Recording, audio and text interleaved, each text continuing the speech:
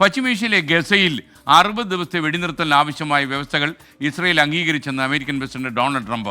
വെടിനിർത്തൽ വ്യവസ്ഥകൾ ഹമാസ് അംഗീകരിക്കുമെന്നാണ് തൻ്റെ പ്രതീക്ഷയെന്നാണ് അമേരിക്കൻ പ്രസിഡന്റ് പറയുന്നത്.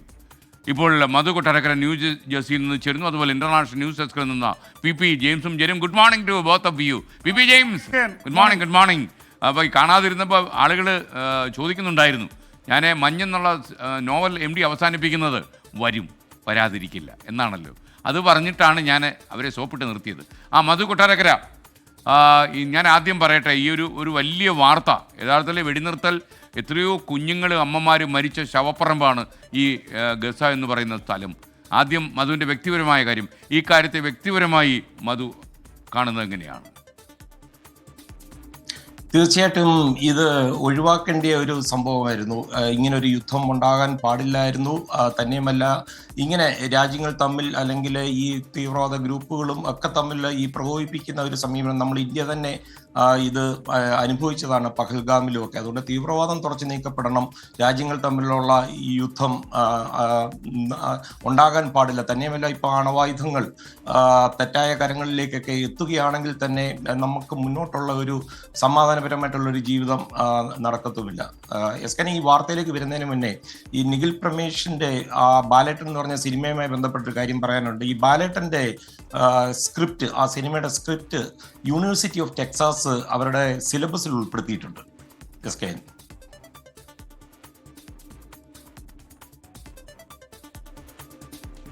കൊട്ടാരക്കരയാണ് വിവരങ്ങൾ നൽകിയ മധു. വാർത്ത പറഞ്ഞില്ല, മധു അങ്ങനെ നിന്ന് കളഞ്ഞു കയറി. എസ്കനും ഈ ഒരു കാര്യം ഇവിടെ പറയാനുണ്ട്. ഈ ഡൊണാൾഡ് ട്രംപും എസ്കനും തമ്മിൽ ഒരു കാര്യത്തിൽ സാമ്യമുണ്ട്. എസ്കന്റെ ഒരു സ്വഭാവം ഡൊണാൾഡ് ട്രംപിനുണ്ട്. അതായത് ജീവിതത്തിൽ ഇന്നുവരെ മദ്യം കൈകൊണ്ട് തൊട്ടിട്ടില്ല. അതുമാത്രമല്ല, ഒരു നൂറ്റാണ്ടിന് ശേഷം വളർത്തുന്നായില്ലാതെ വൈറ്റ് ഹൗസിൽ എത്തിയ പ്രസിഡന്റാണ് ഡൊണാൾഡ് ട്രംപ്. ഇനിയിപ്പോൾ വാർത്തയിലേക്ക് വരാം.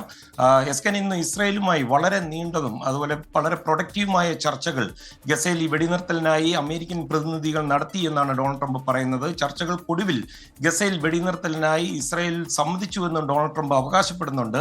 എന്നാൽ അമേരിക്കയിലെ ഇസ്രായേൽ എംബസി ഇതുവരെയും ഇത് സ്ഥിരീകരിക്കുകയോ ചെയ്തിട്ടില്ല. ഹമാസിന്റെ പ്രതികരണവും വന്നിട്ടില്ല. പക്ഷേ ഇതിനായി ഖത്തറും ഈജിപ്തും ഈ ഒരു ഫോർമുല ഉണ്ടാക്കുവാൻ വളരെ സഹായിച്ചുവെന്ന് ഡൊണാൾഡ് ട്രംപ് പറയുന്നു. ഹമാസിനെ നിരായുധീകരിച്ച് പിരിച്ചുവിട്ടാൽ മാത്രമേ യുദ്ധം അവസാനിക്കൂ എന്നാണ് ഇസ്രായേലിന്റെ നിലപാട്. അമേരിക്കയ്ക്ക് വേണ്ടി ട്രംപിന്റെ പ്രതിനിധി സ്റ്റീവ് വിറ്റ്കോഫ്, അതുപോലെ US state secretary Marco Rubio, അതുപോലെ വൈസ് പ്രസിഡന്റ് JD വാൻസ് എന്നിവരാണ് ഈ ഫോർമുല ഉണ്ടാക്കാനായി, ഈ പാക്കേജ് ഉണ്ടാക്കാനായി ഖത്തറിനോടും ഈജിപ്തിനോടും ചേർന്ന് പ്രവർത്തിച്ചതെന്നാണ് അറിയാൻ സാധിച്ചത്.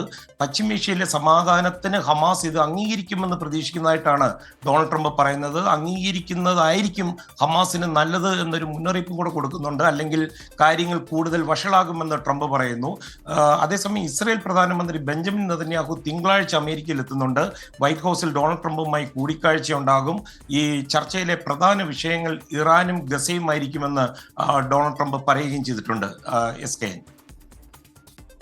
കൊട്ടാരക്കര, ഇനി പി ജെയിംസ് കൂടി ചേരുകയാണ്. പി ജെയിംസ്, പശ്ചിമേഷ്യയിൽ സമാധാനം പുലരണം എന്ന് ആഗ്രഹിക്കാത്ത ഒരാളും ഈ ലോകത്തുണ്ടാകില്ല. എനിക്കൊന്ന് നെതന്യാഹുവിനെ പോലുള്ള ആളുണ്ടെങ്കിലേ ഉള്ളൂ.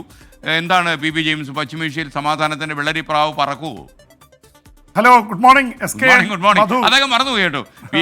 രണ്ടുപേരെ കൂടെ ചേർത്തൊരു സാധനം അങ്ങ് പറഞ്ഞിരുന്നു ഗുഡ് മോർണിംഗ്. അതുകൊണ്ടാണ് പറയാൻ. SKN, യഥാർത്ഥത്തിൽ ഇതൊരു വലിയ ആശ്വാസകരമായിട്ടൊരു വാർത്തയാണ്. പക്ഷെ അത് 60 ദിവസത്തേക്കുള്ള വെടിനിർത്തലാണ് ഇപ്പോൾ ട്രംപ് പ്രഖ്യാപിച്ചിരിക്കുന്നത്. പക്ഷേ ട്രംപിൻ്റെ പ്രഖ്യാപനം നടക്കാനുള്ള സാധ്യതയുണ്ടോ എന്നറിയില്ല. കാരണം ഒരുപക്ഷെ ഇസ്രായേലി പ്രധാനമന്ത്രി ബെഞ്ചമിൻ നെതന്യാഹു അതിന് സമ്മതിച്ച് കാണണം. ഇസ്രായേലിനെ കോട്ട് ചെയ്തുകൊണ്ടാണ് പറഞ്ഞത്. പക്ഷേ ട്രംപ് തന്നെ പറയുന്നുണ്ട് ഹമാസ് ഇത് അംഗീകരിക്കുമെന്നാണ് എൻ്റെ പ്രതീക്ഷ. ഹമാസിനെ അംഗീകരിപ്പിക്കേണ്ട ചുമതല ഖത്തറിനും ഈജിപ്തിനും വിട്ടുകൊടുത്തിരിക്കുകയാണ്. എന്തായാലും രണ്ടു കൂട്ടർക്കൊരു വെടിനിർത്തൽ വേണം. നേരത്തെ SKN ജനുവരി 19 കഴിഞ്ഞ വെടിനിർത്തൽ, 60 ദിവസത്തെ വെടിനിർത്തൽ വന്നത്. ജനുവരി 19 അമേരിക്കയുടെ പുതിയ പ്രസിഡന്റായി ഡൊണാൾഡ് ട്രംപ് സ്ഥാനമേറ്റെടുക്കുന്നതിന് ഒരു ദിവസം മുമ്പാണ് ജോ ബൈഡൻ 60 ദിവസത്തെ ഈ വെടിനിർത്തൽ കൊണ്ടുവന്നത്. അതിനുശേഷം ഞാൻ അധികാരത്തിൽ വന്നാൽ ഉടൻ വെടിനിർത്തൽ നടത്തുമെന്നാണ് ട്രംപ് പറഞ്ഞത്. പക്ഷേ ട്രംപ് ഇത്ര നാളായിട്ട് 4-5 മാസമായിട്ട് ശ്രമിച്ചിട്ടും അത് നടന്നിട്ടില്ല. അപ്പം അതുകൊണ്ട് ഇത് നടക്കുകയാണെങ്കിൽ ട്രംപിനെ സംബന്ധിച്ചിടത്തോളം തീർച്ചയായിട്ടും അതൊരു ആശ്വാസകരമായിട്ടുള്ള കാര്യം തന്നെയാണ്. അതുകൊണ്ട് ട്രംപ് ആഞ്ഞു പിടിക്കുന്നുണ്ട്. ഈ മാർച്ച് 18 ശേഷം വെടിനിർത്തലിൻ്റെ സമയം കഴിഞ്ഞതിന് ശേഷം നടന്ന ഏറ്റുമുട്ടൽ അല്ലെങ്കിൽ യുദ്ധത്തിൽ ഗസയിൽ ഏതാണ്ട് 6000-ഓളം പേർ കൊല്ലപ്പെട്ടിട്ടുണ്ട്. അതിൽ ഭക്ഷണത്തിന് വേണ്ടി കാത്തുനിന്ന് വെടിയേറ്റ് മരിച്ചവർ തന്നെ ഏതാണ്ട് 600-ഓളം പേരുണ്ട്. അപ്പോൾ ഈ തരത്തിൽ എന്ന് മാത്രമല്ല SKN അവിടുത്തെ കഫയിൽ ഈ കടലിനോട് ചേർന്ന് നിൽക്കുന്ന ആർട്ടിസ്റ്റുകളുടെ വലിയ കഫയിൽ ഇസ്രായേൽ ബോംബിട്ട് പ്രമുഖരായിട്ടുള്ള നിരവധി കലാകാരന്മാരും കലാകാരികളും കൊല്ലപ്പെട്ടുവെന്ന വളരെ സങ്കടകരമായ വാർത്ത ഇന്നലെ വന്നിരുന്നു. അപ്പോൾ അതിൻ്റെ സംബന്ധിച്ചുള്ള കൂടുതൽ വാർത്തകൾ വന്നുകൊണ്ടിരിക്കുകയാണ്. എന്തായാലും ട്രംപ് ഒരു തരത്തിൽ എന്തൊക്കെ കുറ്റം പറഞ്ഞാലും ട്രംപിന് ഒരു ആജ്ഞാശക്തി ഉണ്ടെന്ന് വ്യക്തമാണ്. കാരണം ഇസ്രായേൽ ഇറാൻ ഏറ്റുമുട്ടലിൽ ഒരുപക്ഷെ ട്രംപിൻ്റെ റോള് നിർണായകമായിരുന്നു. ഇന്ത്യയുടെ ഭാഗത്ത് ഇടപെട്ടിട്ടില്ലെങ്കിലും പാകിസ്ഥാൻ്റെ അടുത്ത് സമ്മർദ്ദം ചെലുത്തിയെന്നാണ് ട്രംപ് അവകാശപ്പെടുന്നത്. ട്രംപ് ലക്ഷ്യം വെക്കുന്നത് SKN ഒരു നൊബേൽ സമാധാന സമ്മാനം അടിച്ചെടുക്കാൻ ഒരു താല്പര്യം പുള്ളിക്കുണ്ട്. എന്തായാലും ഇസ്രായേലിൻ്റെ പ്രധാനമന്ത്രി ബെഞ്ചമിൻ നെതന്യാഹുവിനെ ട്രംപ് വൈറ്റ് ഹൗസിലേക്ക് വിളിച്ചിരിക്കുകയാണ്. 7-ാം തീയതി അടുത്ത തിങ്കളാഴ്ച അവർ തമ്മിൽ കൂടിക്കാണും. അവിടെ വെച്ചൊരു തീരുമാനമുണ്ടാവുമെന്നാണ് എല്ലാവരും പ്രതീക്ഷിക്കുന്നത്.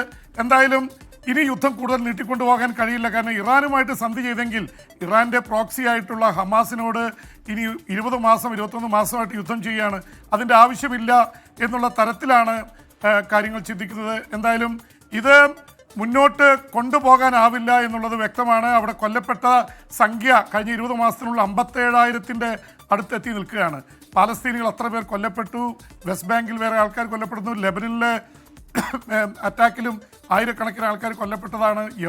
ഹൂതികൾക്കെതിരെ ആക്രമണം നടക്കുന്നു. അപ്പോൾ ഇതെല്ലാം കൂടി ഇസ്രായേലിന് ഒരുപാട് ഇനി മുന്നോട്ട് കൊണ്ടുപോകാൻ സാധിക്കില്ല. ഓരോ ദിവസവും 2400 കോടിയാണ് ഇസ്രായേൽ ഈ യുദ്ധത്തിന് വേണ്ടി ചിലവാക്കിക്കൊണ്ടിരിക്കുന്നത്. ഇത് എവിടെ ചെന്നെത്തുമെന്ന് അറിയില്ല. എന്തായാലും SKN നേരത്തെ പറഞ്ഞ പോലെ നെതന്യാഹുവിൻ്റെ ഒരു വാശി അതിൻ്റെ പുറകിലുണ്ട്.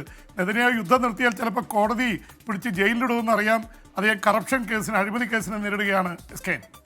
Okay, thank you VP James. ഈ ആഭ്യന്തരമായ പ്രശ്നങ്ങളുള്ളപ്പോഴൊക്കെ പല ഈ രാഷ്ട്ര തലവന്മാരും അയൽ രാജ്യത്തോട് യുദ്ധം പ്രഖ്യാപിക്കുന്നതൊക്കെ ലോക ചരിത്രത്തിൻ്റെ ഭാഗമായിട്ടുണ്ട്. മാത്രമല്ല എനിക്ക് തോന്നുന്നത് ഈ പശ്ചിമേഷ്യ പോലെ ഒരു സ്ഥലത്ത് ഒരു കാരണവശാലും അടുത്ത സ്ഥലത്തൊന്നും പാലസ്തീൻ്റെ ബാക്കി ഒന്നും കാണരുത് എന്ന് ആഗ്രഹിച്ചാണ് നെതന്യാഹുവിൻ്റെ ഓപ്പറേഷൻ. അത് അദ്ദേഹത്തിൻ്റെ അധികാര കസേര നിലനിർത്താനായിരിക്കാം അദ്ദേഹം ചെയ്യുന്നത്.